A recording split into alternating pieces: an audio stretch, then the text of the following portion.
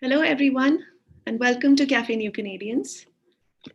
Today, we'll be discussing common job search mistakes and how to avoid them. Cafe New Canadians, as some of you know, is a virtual chat series. We come on here every week, discuss topics that matter to immigrants, newcomers, international students, and all those who plan to move to Canada someday. Cafe New Canadians is brought to you by New Canadians. We talk about everything related to immigration, settlement, education, employment, small businesses, and you can watch us on you can watch us on Omni Television if you're joining us from within Canada, and you can also check our content on YouTube and on our website. For tonight, I'm your host, Shruti Dargan, and I would be talking to two very amazing guests who will be joining us for this session. They will be sharing everything about job search and the mistakes that you shouldn't be making. We'll be joined by Rebecca Lee. She's a senior recruitment professional and career coach, and Amy Davies, who is the CEO and founder of First 30, and both of them together will have lots of tips for you.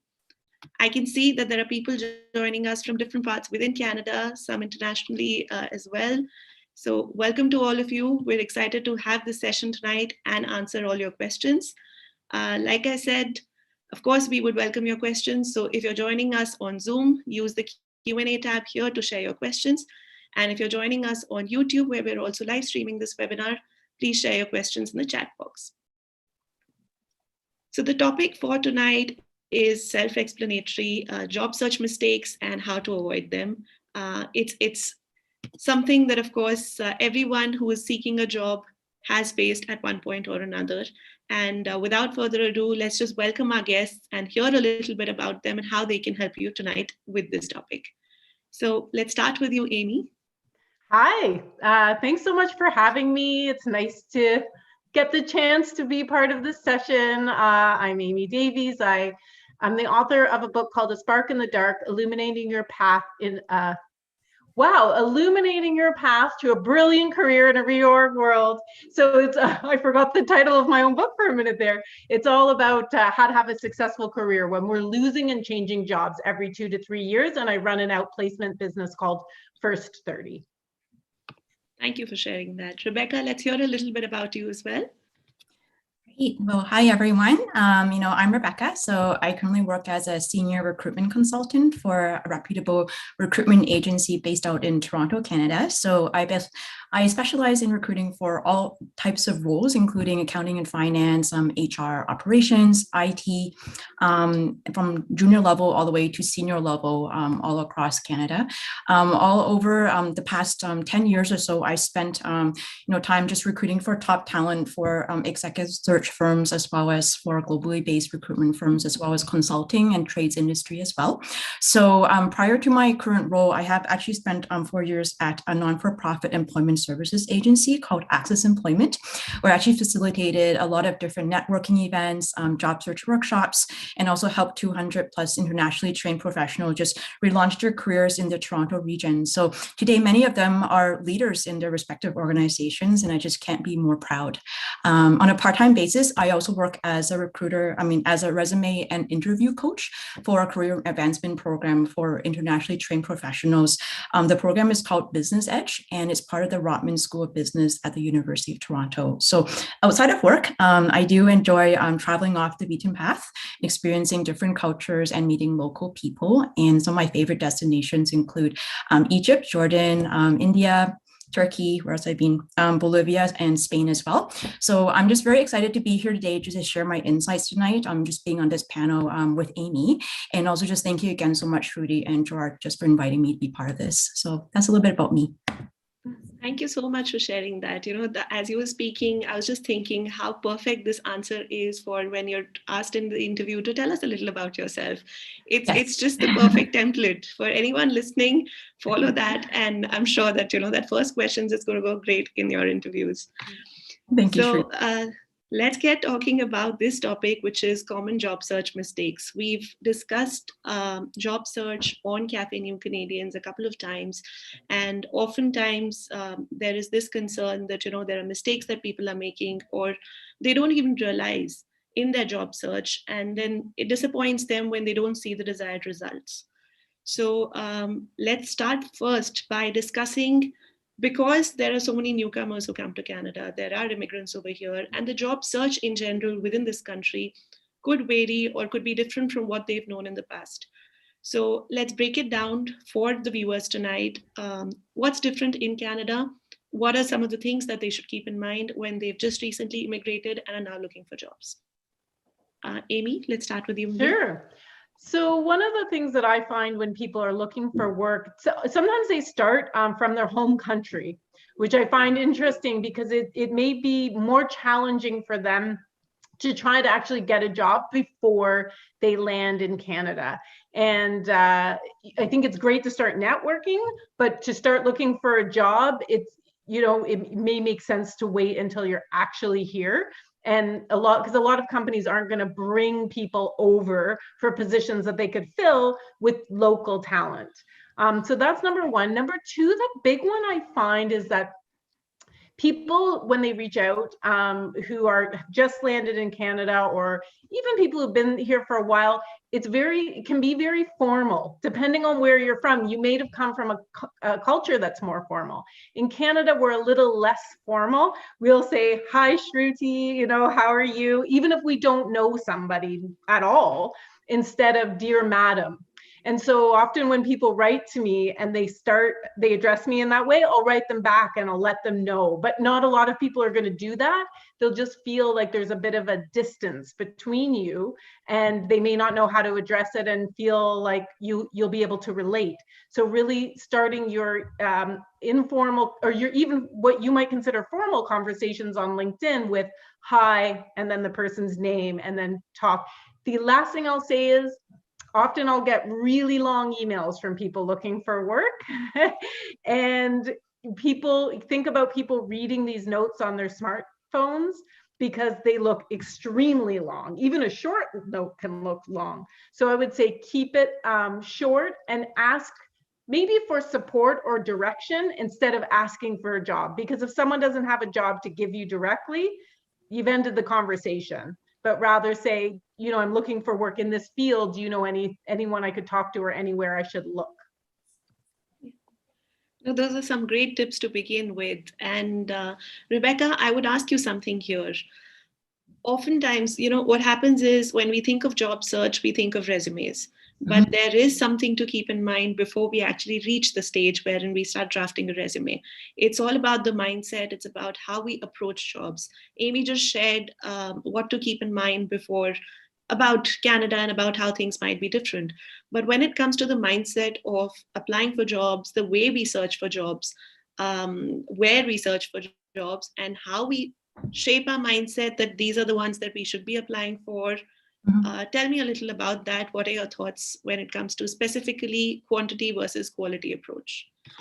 Yeah, I'm more than happy just to answer that. And, I think as a recruiter, I do see a lot of, applicants on a daily basis, right? And I find that what a lot of times one's mindset, especially when one is very desperate or trying to find their first job here in Canada, is to apply for anything and everything. So that could mean applying for something that is a very junior level position that you have no qualifications in, all the way to something like a CEO level. And, that's actually not the best way. There's always a better way in terms of kind of more targeting the role. So just a note on that, I think it's just making sure that, you fit at least 80% of the qualifications in the job posting. So that means carefully looking at the role, and then looking at the requirements, and then making sure that you actually have done those things, not just head knowledge and not just something that you can learn quickly for. In Canada right now, the hiring is still happening, but there are a lot of unemployed job seekers in the market. So because of COVID-19 in our economy, there's definitely a big need for one to really stand out. So if you are going to be going in and just serial applying for every single thing, that likelihood of being seen is not going to be very likely, right, in that sense. So you're actually better off in terms of your chances in being targeted, applying for maybe 2 to 3 jobs a day versus applying for 100 jobs that come about. So that that would be my biggest advice on that, because it is hard to keep that mindset, but it will work out in the end. Another thing I also want to also share as well is also the types of jobs you want to apply for. I see a lot of experienced professionals applying for very junior level jobs, thinking that it's a quicker solution. I actually don't feel that that's the best solution. Maybe applying for 1 or 2 levels lower than where you were. So if you were director of finance, you shouldn't be applying for a data entry clerk, which is something you might get while you're graduating, or in an internship. So the reason for that is not because you can't do it, it's just because companies see you as a flight risk. And what that means is you might leave a job very soon, and they cost them a lot of money just to train you, just to repost the job. And it's also really bad for the team as well. So if you are looking for a good job and you don't have the money, I'd rather you take a survival job and do that in the evenings, so that way during the daytime you can have time to network and interview and look for that great job that you're looking for, but not be worried about money. So Shruti, I hope that answers the question, and I don't know if you want to expand a little bit further. I'm more than happy to do so. No, that definitely does. And in fact, you mentioned something that got me thinking about. You said that, if you have a few years of experience, to not be applying for entry-level jobs. Mm-hmm. And I could see Amy smiling then. So Amy, I'll actually come to you and ask you a question here, which is, it's a catch-22 situation wherein a skilled immigrant comes with several years of experience, and, ideally maybe not to apply for that job, which is an entry-level job. But then there's another barrier, which is called Canadian experience, which makes it further more difficult for someone to be able to even get an entry-level job. So tell us a little about that. And Rebecca, I'll definitely come back to you to hear your thoughts on that too. Well, it's a complicated situation, because what sometimes you see is new immigrants coming to Canada, and their expectation is they will get the same type of job in the same industry at the same level that they had when they were in their home country. And I have a personal example, because I moved to England and I know that that's not the same as moving to a country where it's not your mother tongue and things like that. But I did have it was actually not when I went to England, because that was the beginning of my career. After 6 years, I came back to Canada, and it was so hard to get a job. It was so, because I expected to get the same industry, the same work level, all of those things.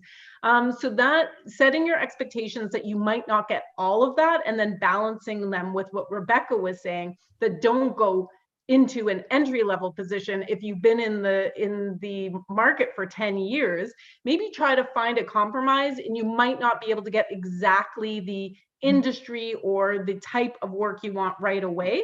So be open-minded, but then don't go too far down the line as well. I'll be honest, when I got back to Canada, I found it so difficult. I ended up starting a dog walking company for a short period, for about a year. And I really thought about, while I was doing that, you were talking, Rebecca, about survival jobs. Mm-hmm. I actually really enjoyed aspects of it, but that was my survival job. And then I could really think through what I wanted. I could start to network. And it was actually through one of my clients that I got my first job back in Canada, through them. So thinking about how can you balance it all out, and don't set your expectations too high when you get here that you're going to get exactly what you want right away.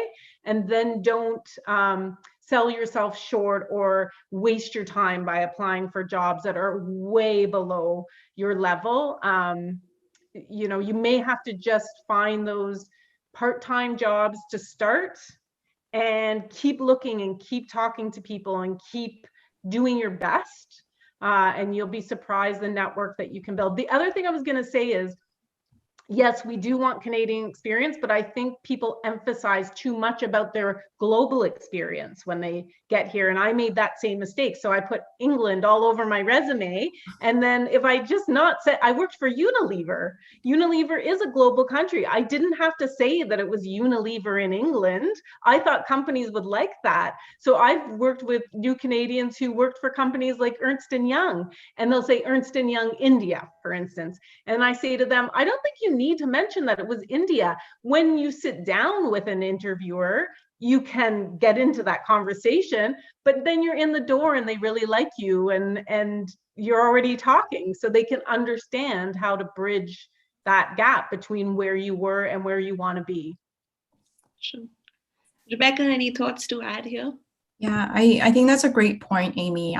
Just being able to kind of bridge that experience that you have overseas, and I do feel that it is about networking, which I'm sure we will go through a little bit later, in this session as well. But I do agree, because I have hired people that do not have Canadian experience, but in a sense that what we look for is actually not the fact that you don't Canadian experience, is how you fit into the workplace culture. How do you converse? Do you understand our customs?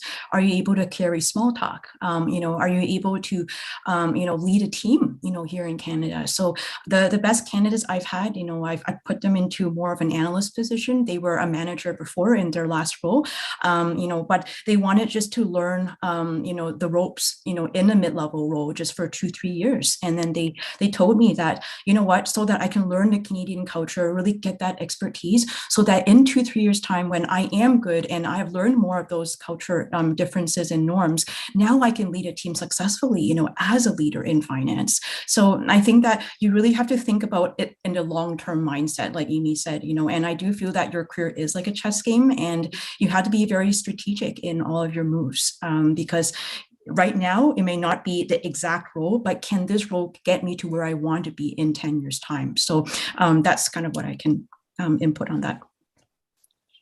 No, definitely. And let's take a question which is related to what we were just discussing, which is applying for everything versus anything. A question from Raghavendra here, who's asking that if in a company you see 5 to 6 jobs, which could be in different departments, but you feel that you're a good fit for all of those, would you advise that they apply for all of those, or should they just choose one that really works for them? Is there a risk in the HR looking at them as someone who's just applying for everything and maybe isn't really clear?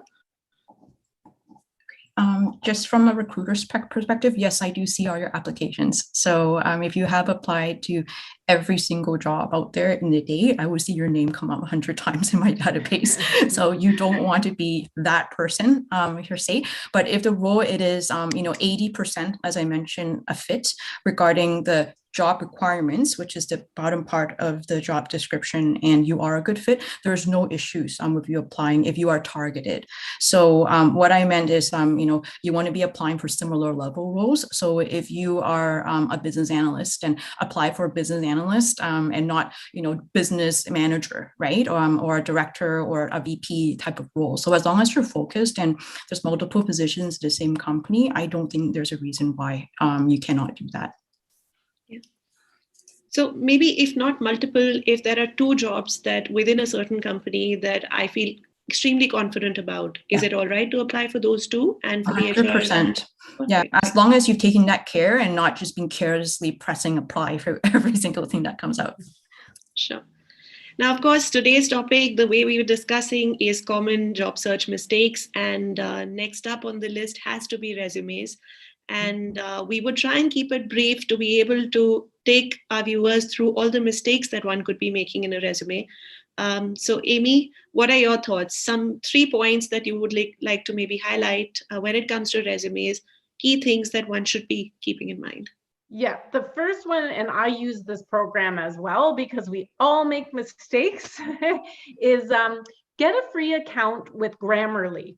And Grammarly will help you find those, little mistakes that you might have made through your resume, and also run your LinkedIn profile through it. I often see new Canadians, it's natural to make mistakes I make them, like I said, all the time, but make sure that you're running your, through your documentation through Grammarly, because it will pick those up, and your LinkedIn profile, your headline is the first thing people see. When I see a typo in people's headline, I actually reach out to them and let them know that that's what's happening. The second one I would say is try to keep your resume to 2 pages. Rebecca knows more than I do in this area, but I think we hurt ourselves by going on too long, especially if we've had, say, 5 years experience. I don't even want to tell you how long I've been in the business world, but a lot longer than that. And I can make my resume 2 pages and no more. And the third thing I would say is give people context of what you have done by explaining the businesses that you've worked for. I so often see on resumes, people will list a business no one's ever heard of and then never even summarize in a couple sentences what that business does and the role they played to support that business. Should be in a summary under what business you were in. And then talk about what you achieved in those roles. So yeah, if you've been in the business world just a couple of years, I understand you might not have made a ton of achievements. So maybe it's a summary of your responsibilities. But if you've been in the business world 5, 7, 10, so on years, you should be talking in terms of what did you achieve for the business, not summarizing what your responsibilities were, because you have a responsibility at that point to actually have made a contribution. And businesses want to then see they want to see what you've accomplished so they understand what you can accomplish for them. Perfect. And Rebecca, from your perspective now, I'm sure everyone wants to know, how does a recruiter see the resume when it finally lands in their hands? So what are your top tips and top mistakes that you often see in resumes that you receive? Yeah, so I see hundreds of resumes every day. Some of them I call, some of them I don't, unfortunately. So, I actually have a couple of visuals that I want to show. I feel that might explain a lot more about what I'm saying. But in short, just to summarize what Amy said, I just really agree with that before I show my screen. I just wanted to say accomplishments are so important. It's not just indicating your tasks and what you do, but you really want to stand out from the rest. So putting in numbers, putting in what you've accomplished, how you really stand out as a candidate is so important and really catches my attention more than just everything you've done and you're every other accountant, right? Out there. So I feel that's kind of a huge thing for me. Grammarly is one big thing that I also have on my computer as well. But I also want to talk about formatting, and that's something that I want to kind of go into, with my screen, if that's okay. Sure. Okay.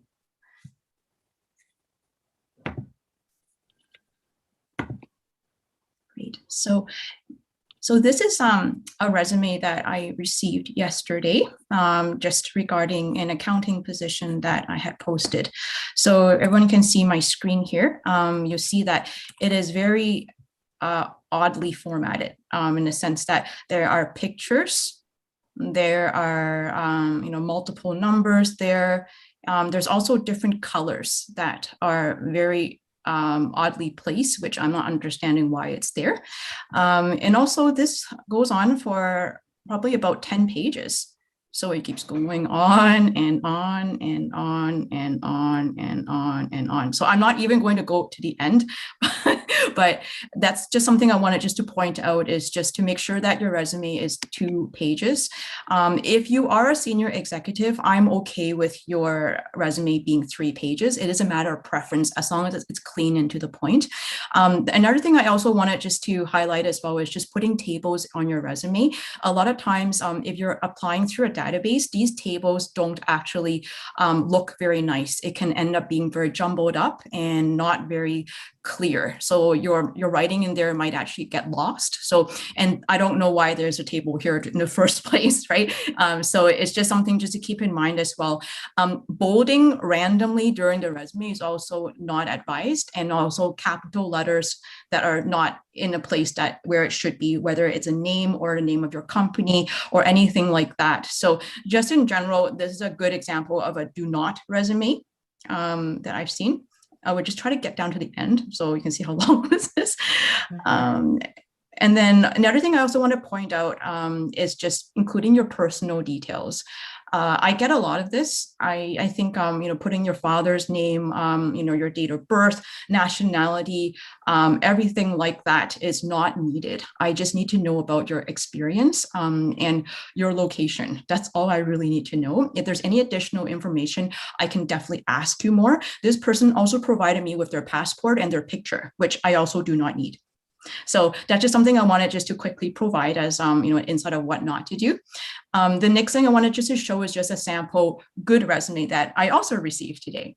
So this person also does not have Canadian experience, but everything is very formatted nicely. You can see, everything is in Arial font. It is 10 to 12 points. Everything is very even, and there's no tables in here. A person is just indicating their expertise and clearly putting in everything nicely formatted, right, in this resume, and it's only 2 pages.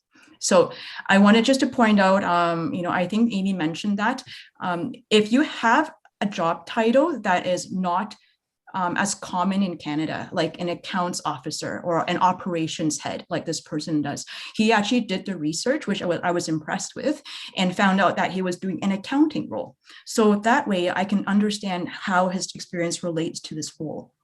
So it is okay to put in brackets and actually write in the title that is in Canada, and then go from there. Another thing I also like about this resume is also the key accomplishments, like Amy mentioned, really highlighting that not just your job, but also what you accomplish as a professional. So this person also added that under each one of his sections, including his last section.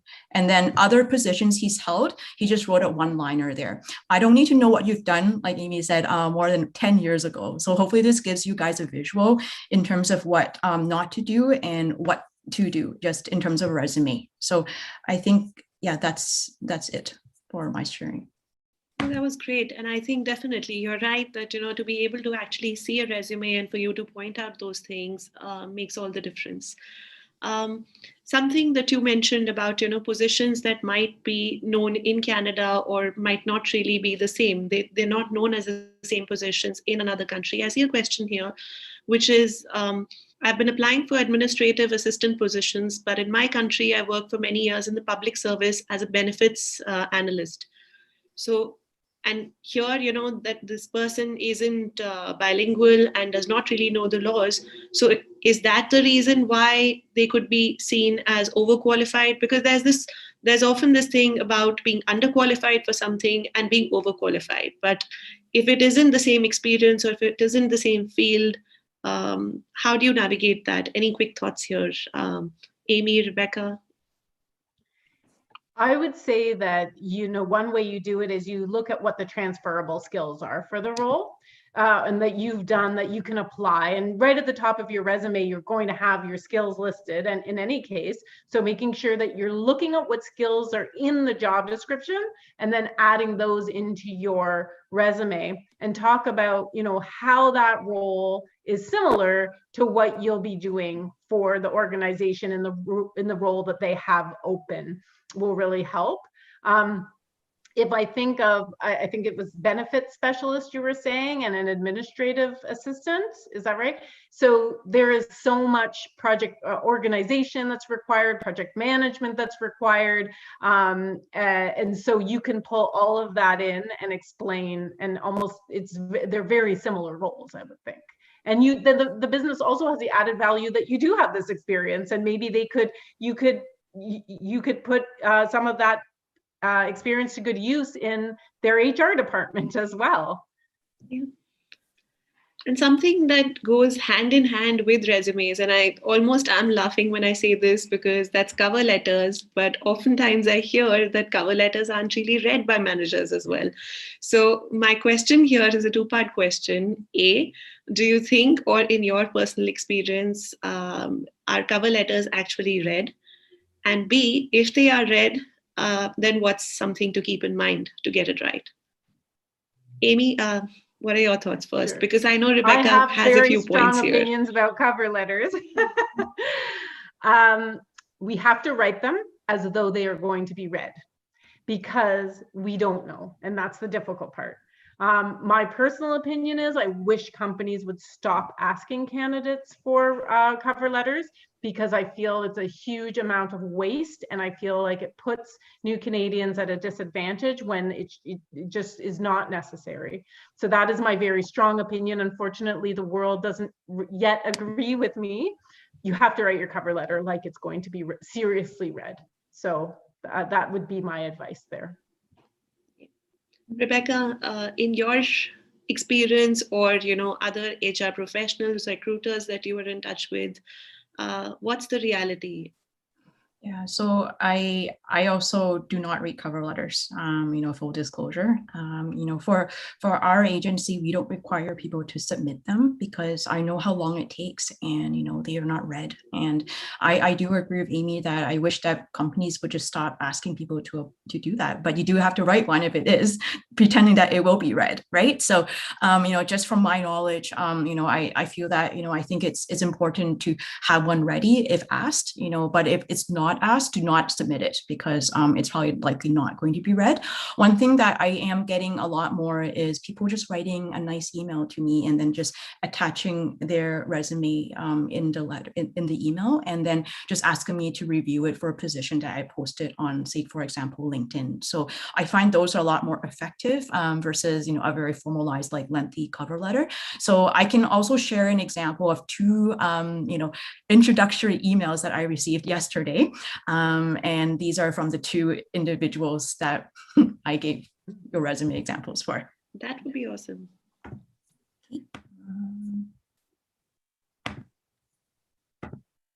Okay, so this actually talks a lot about some of the points that Amy actually spoke about earlier today. So I am Rebecca Madam. So that's something that we will, not expand further, but I do feel that, something too flowery, too formal is also, not as required, and it can also be off-putting a little bit as well. And just one quick glance at this is an introductory email from someone that saw a post that I had posted on LinkedIn. So it is in multiple colors.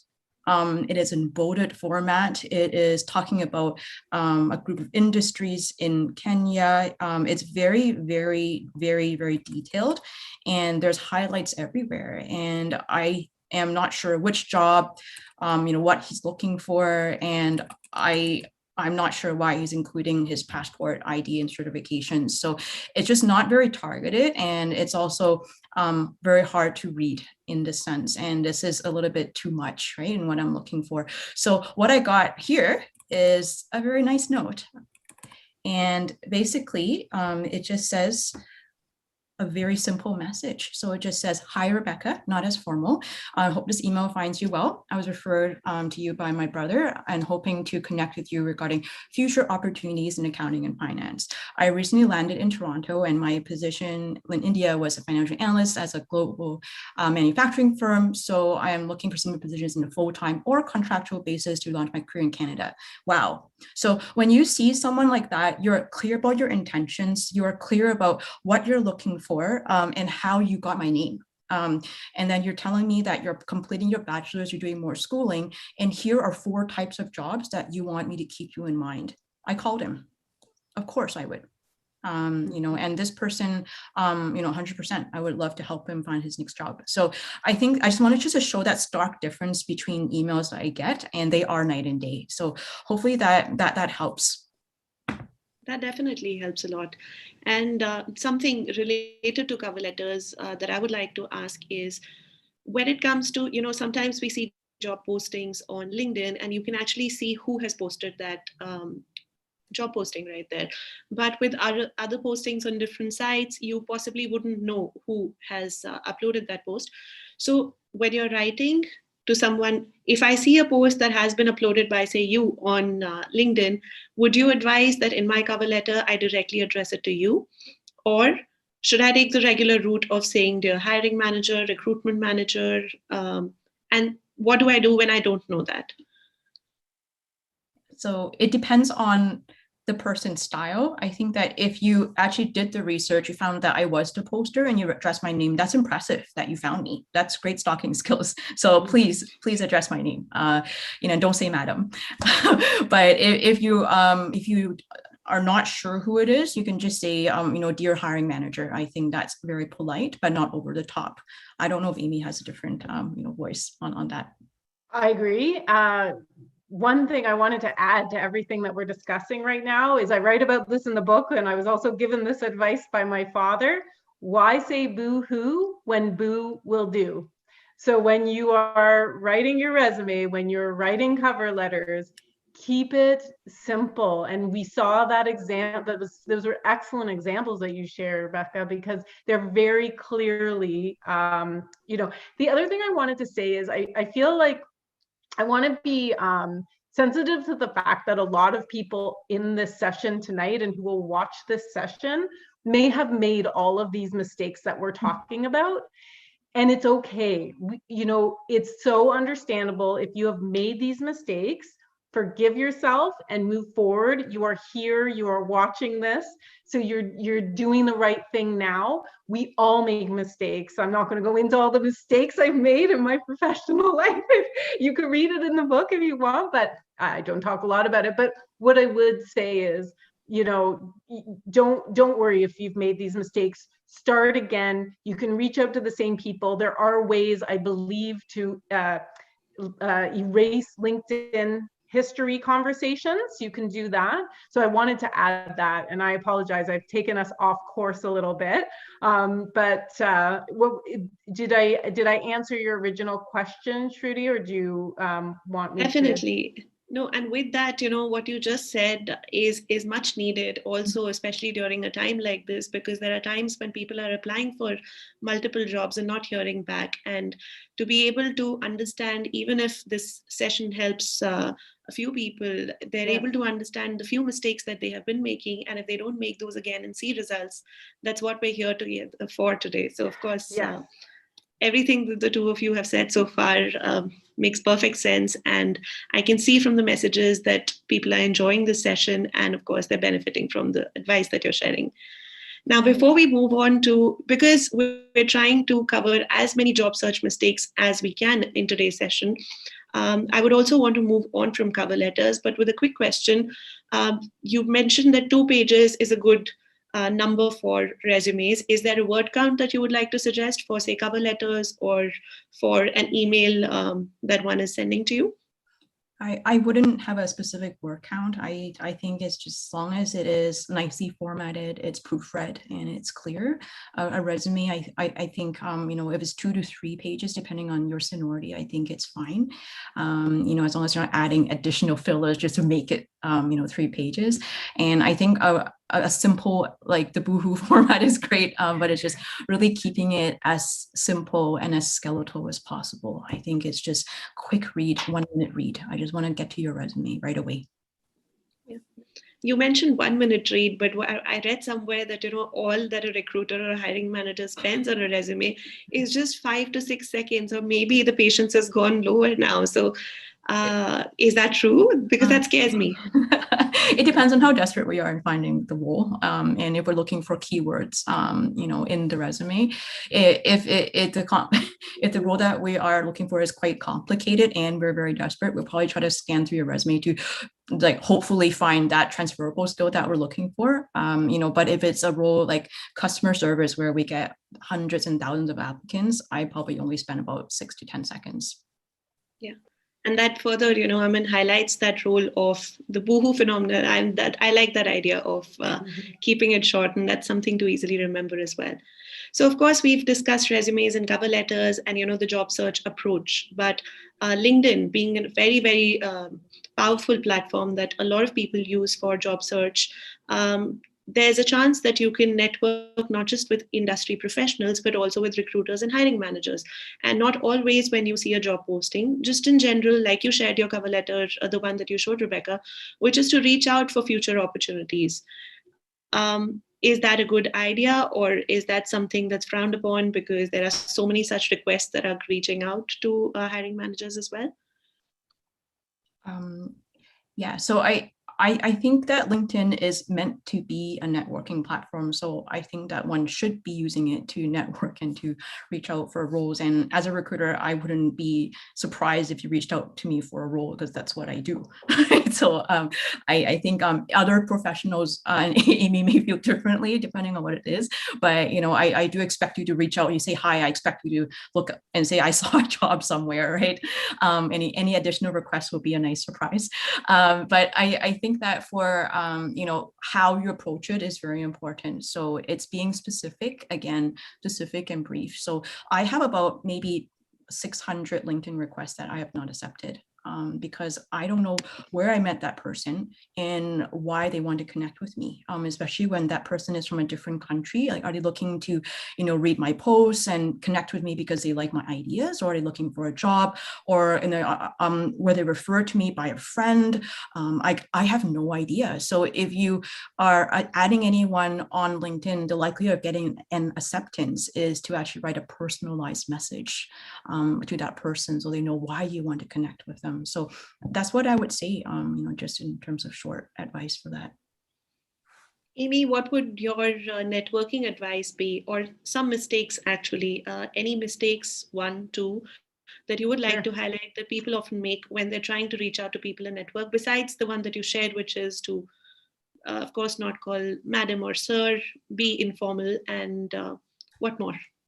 Well, one thing I would like to add is that if you feel like you missed an opportunity to connect with someone you really wanted to connect with, there is a way to turn that around. So you can go back if the person hasn't accepted or it still says pending, you can revoke your invite to them. And in a week or two, you'll get the opportunity to reach out to them again. And then you can correct that mistake. The other thing I would say is when you're trying to connect with someone, in the invite, you may say why, but don't be giving them a job in that invite. Don't say, I want to connect with you because I'm looking for work and I think you might be able to help me, or want to set up a call. Because as soon as I accept that invite, I know that I'm going to have a job to do. So when we're reaching out to people, what we have to think about is that relationships are tiered, right? We are most likely to help the people who are closest to us. That's our close family and our friends. And out from there is our neighbors and acquaintances. And then out from there are strangers, which when we're reaching out cold to people on LinkedIn, we are strangers.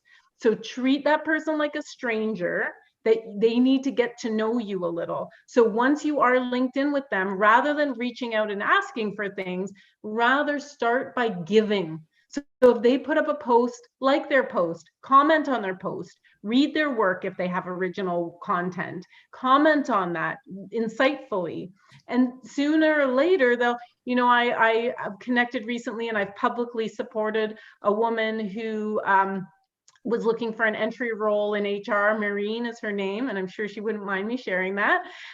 She's wonderful, but she was a stranger to me. She started commenting on my posts. She started really engaging with the content, and I could see we had people in common. And eventually I saw that she was open for work, and I said, I'd like to meet you. So let's sit down and have a conversation. And it's been going really well from there. So don't start by asking. I know that people are feeling like I need to get a job now, and there's some desperation, and I understand that because I've been there before. But the person on the other side of that, there's not a lot of incentive for them to help you immediately. So you have to build that relationship, and it's not going to happen with everyone. But if you slowly start engaging with people, there'll be a few people that will help you, and that's all you need. You don't need everyone. Yeah, I rightly said. Agree with that, Amy, because I think that being able to build that relationship, depending on who it is, it can really turn into a job later, and I really agree with that, in that sense. And I think what I meant before was just if a recruiter is actively recruiting for a role and they are very desperate and you do have that fit, please just send me a note and just say I have this experience, because I just really need to hire someone for this job. So we've discussed the approach, resumes, LinkedIn, assuming that with all your tips, when everything goes well and a candidate receives an interview call, what are the mistakes that they could be making and that they can avoid after this session today? Rebecca, would you want to answer this one? Sure. So your top interview mistakes that you, when you're screening someone, or top interview mistakes that you see. What's your top one, the most important one that you'd like to share? Okay, so there are tons of different interview mistakes, but I think one of them is actually your attitude. So a lot of times I find that when I call a candidate, they're either I don't know if they were sleeping, or they were very bitter, or maybe they were not doing their research and not excited about the role.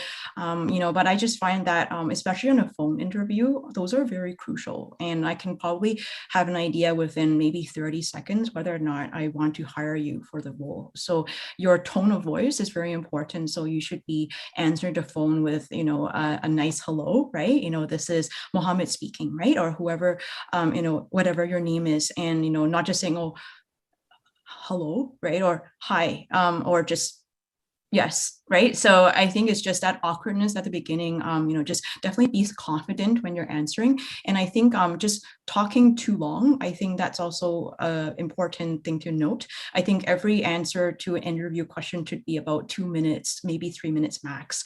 And especially when you're on the phone, you don't see the person's face. So I have eaten an entire sandwich listening to one person's answer for one question. And, the phone screen took an hour instead of 15 minutes. So I really wanted to get the person, give them a chance. So I just was nice to give them an hour, but a lot of people won't give you that time. So I just feel that, be conscious of that, in that. And then I think that just doing research, I've had candidates that have gotten declined because when I asked them, why do you want to work for our company? They just said, oh, well, all the agencies are the same anyway. So, working for you versus working for another agency is the same. And that's just showing a lack of research and also, lack of care. So I think those are just, I know there are a lot more, but just in general, some things I wanted just to point out, especially for phone interviews. So have the right attitude, right? That is a mistake that one could be making. Amy, the next question I have for you related to interviews is something that has come up in the Q&A tab here too. They're asking how important is the STAR model? So there are different models, right? STAR, Spark, the way that you can actually answer a question more effectively.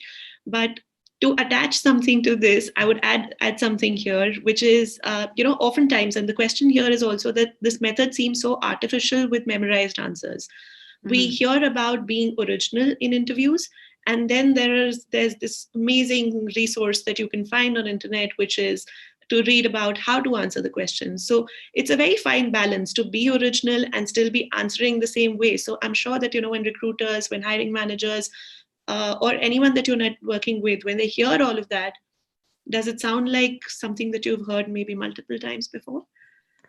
People get very nervous about how an interview is going to be conducted, and they think that they need to know about every single different approach that will be taken and how the behavioral interviews, the STAR interviews that you're talking about. My best advice for that is in First 30, and I've written about it. So if you search my name and you search storytelling your way to interview success, you will find articles that I've written about telling your career story. So my suggestion to people is when they prepare for a job interview, they sit down with a pen and paper and they write from beginning to end, and do it on with a pen and paper. Write your career story from the degree you took, why you took that degree, how it applies, if you did take a degree, if you didn't, what roles you've been in, what you accomplished. Tell some stories, make each role a chapter. And then when you get to the interview, you'll have all these stories in your mind. That's going to help your recall. That's going to relax you. And then no matter what kind of interview you have, the questions are all very similar. Tell me about a time when you've had a difficult situation that you had to overcome. Tell me about what would other people say are your strengths. And then you could tell it like a story. And you don't want to make it too long because, as Rebecca was saying, you want to read the room and make sure you're not over talking. And you will just find that this will ease your mind. And when people listen to stories, cognitively, we like stories. Our brains like stories. And what they will do, instead of asking you all those questions, they'll start ticking off you can't see them if you're on the phone, but they will start ticking those boxes.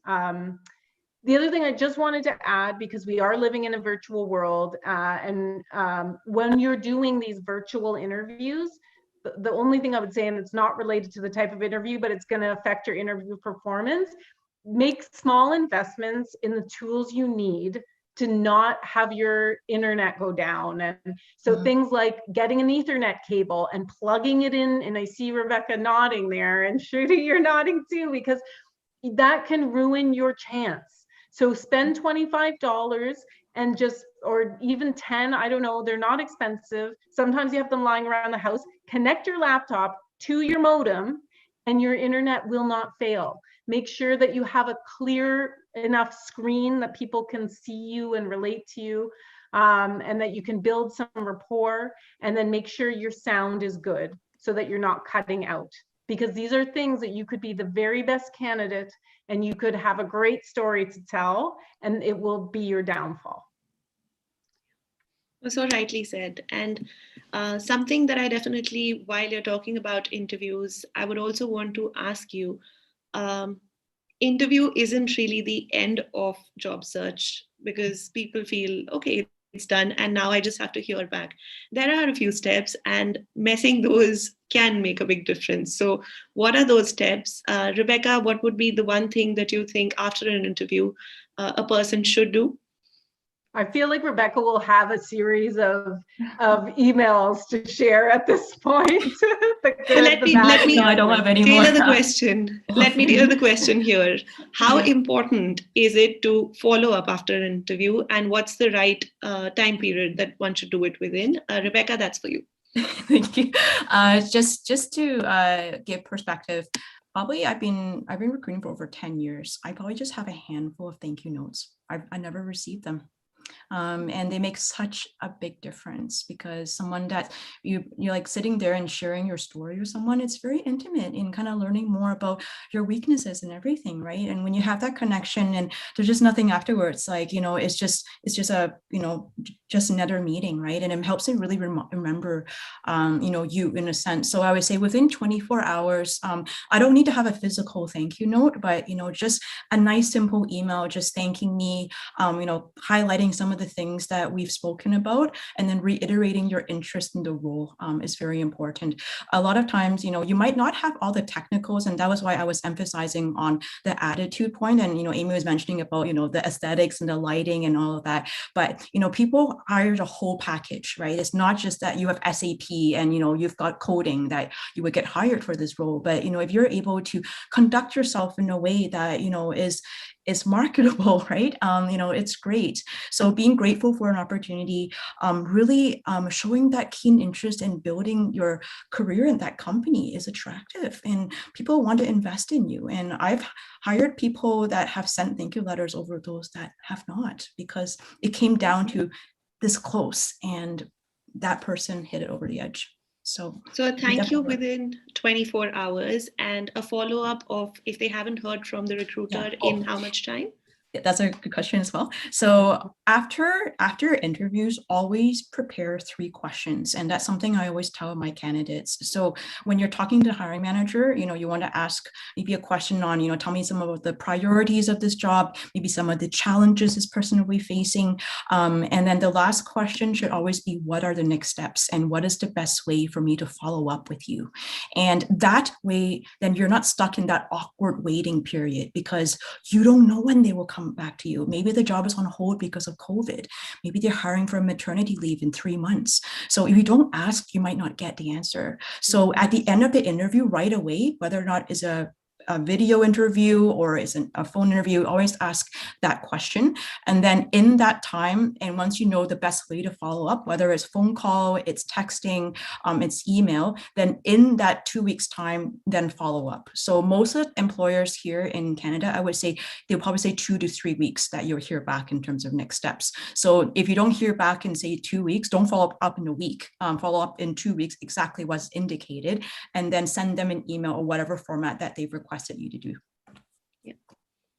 Another key thing after an interview, Amy, how important is it to ask for feedback and anything that you see people doing wrong when they, of course, when they don't ask for it. The feedback one is a tough one, and I'm sure that Rebecca could relate to this, because you probably see so many candidates and it is very hard to give thoughtful feedback, and sometimes you know, like Rebecca said, it's really close between two candidates and you don't really have the best reason for why you chose. I don't think that candidates should always expect feedback from being interviewed. But I definitely think I agree with everything that Rebecca said. Listen to how long the next steps are and then respond, you know, email then. I also wanted to add that they've done research on the emails that get the highest response rate, and the emails that have the highest response rate end with thanks, Amy, right? It's the thanks. And so when you talk about gratitude, people do respond to gratitude in all kinds of different ways. And then the other thing I would say about follow-up, if you did have a great connection with the person that interviewed you and you're writing them a note and you know that something you said made them smile, try to bring that into the note. Because for instance, I was interviewed years and years ago by someone who told me they learned piano on their sabbatical and they were beaming and we were talking all about piano. And then in my note, I said something to the effect like, I hope you've kept up with the piano, because that's going to make them smile again, because you know that makes them happy. And then they associate smiling with you. So that's always a great way to try to follow up if you can. Yeah, just thank you. Just one thing to add to that as well is, you know, the follow-up is very important. And even if you are declined for a job, it's still okay to follow up with that person, because just because you're not good fit for one job and I've declined you, it doesn't mean that you end the relationship there. So, you know, I still remember you as the person that plays piano and smiles. So it's just not the right role for you at this point. So, you know, I've hired people that I've declined for one job, but, you know, they were good for something else. So I think that, you know, in an email or if they get declined you over the phone, it's okay to write an email and saying, hi, Rebecca, thank you so much for the opportunity. I regret that this did not work out, you know, but as discussed, you know, I am continuing to look for business analyst roles in this area. So please do keep me in mind, you know, for these things. And I think that just shows a lot of maturity and also just, you know, just being positive, right? And wanting to continue that relationship with the hiring manager or the recruiter. Definitely. What I'd like to do next is a rapid fire round, quick questions, so 5-second answers, so that we're able to answer as many as possible. Okay, Rebecca, for you, how long should one wait to ask whether what's happening with their job process if they haven't heard from the recruiter or the hiring manager? So if they've not heard at all, I would still say 2 weeks. All right. And after 2 weeks, it's perfectly all right to reach out and then, of course, continue the steps that you just shared. Yes. So reach out by email. Don't call someone's cell phone, you know, and then if there's no response on email, wait another 3 or 4 days and then feel free to reach out again and then follow up and then go from there. But you haven't heard back in 3 to 4 weeks. And after 2 follow-ups, I'll probably say assume that you didn't get the job. All right. Amy, someone was advised to tailor their resume per each job description that they see. Do you think that really works, or sometimes one size fits all approach also works? You need to tailor your resume, especially if you're dealing with ATS systems, because what will happen is they'll be looking for keywords from the job description. So especially when you're listing your skills, you want to make sure that you match the job ad. Rebecca, what is the time period which recruiters and hiring managers don't see as a major break? So sometimes, you know, in your career, you worked for 3 years at a company, and then possibly you have a gap of a few months or a year or more. What is an odd gap, or what gets noticed? What's perfectly all right? Yes. So I know these are tough questions, but so I think for a normal gap, I'm okay with someone that hasn't worked for probably about a year. I think 1 year's time is a decent amount of gap, especially during COVID. I find that people are a lot more tolerant to even a year and a half. Again, this is my own opinion, so other recruiters may disagree with me. But if you are on a study leave or you're on a maternity leave, if you're on a family or sick leave, just indicate that on your resume so that you can explain the reason why you were out of work for 2 years, right? So I find that if you do that, then there's less assumptions or confusion regarding that break. Well, that's a great tip. Amy, would you recommend others using sites like JobScan? There are sites which allow you to match what the keywords or, you know, what's in the posting and on your resume. Is that something you would recommend? I First, do Amy, and then recommend Rebecca. that, and I do recommend things like word clouds. You put the resume through a word cloud and put the job ad through the word cloud and see what words are popping up, so that you can understand really quickly if your resume is matching that. And the word cloud, if you do the job ad first, it will help you tailor your resume. Definitely. Rebecca, for you, if someone has 10 years of experience and the job that they're applying to requires just about 3 or 4, would you recommend that they say 10 years of experience if that job really is something that they feel they're good at? Or should they say 5+ years of experience just to not get disqualified at the very beginning? What's your tip? Mm-hmm.